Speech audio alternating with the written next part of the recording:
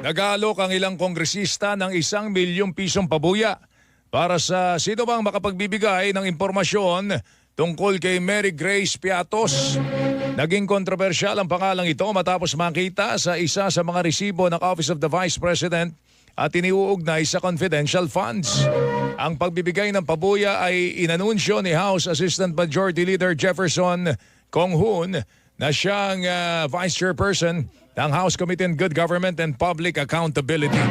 Anya voluntaryo ang ambagan ng mga kongresistang miyembro ho ng nasabing komite at House Quad Committee para sa 1 milyong pisong pabuya. Sinabi ni Kong-hoon na nais ng mga kongresista na malaman ang katotohanan at mahalagang makita at makausap ang mga taong sinasabing tumanggap po ng pondo at pumirma sa acknowledgement receipts. Sinasabi ni VP Sara na peke daw yung mga acknowledgement receipt na ipinakita, no?